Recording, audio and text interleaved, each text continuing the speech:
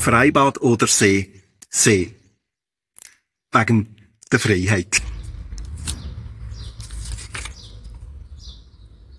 Lass ich wieder Genderslang oder generisches Maskulin? Ja, generisches Maskulin. Das lässt sich einfach besser lesen und ist in der aktuellen Gesellschaft einfach auch weit verbreitet. Tempo 50 oder Tempo 30? Was soll man da sagen?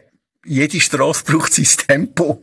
Es gibt durchaus an vielen Orten, wo Tempo 30 angesagt ist. Und darum sollte man Tempo 30 nehmen, dort wo viele Leute rum sind und es um die Sicherheit geht. Nehmen wir jetzt hier Tempo 30. Wir haben eins von da hinten. Pizza oder Kebab?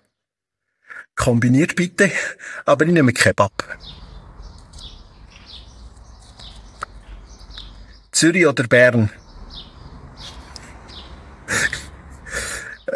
Ich würde jetzt Basel nehmen, aber ich nehme Bern als Bundeshauptstadt und ist etwas ruhiger. Zürich ist mir ein bisschen zu laut.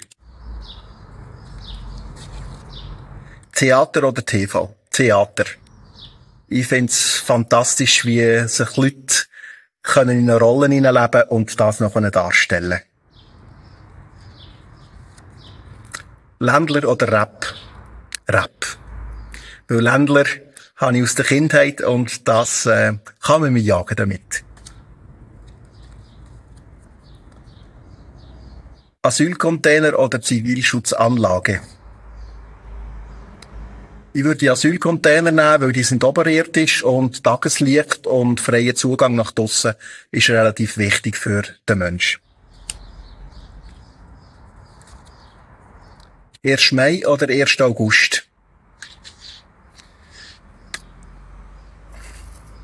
Beides wichtige Daten, aber ich nehme den 1. August, weil das doch für alle Schweizer wichtig ist.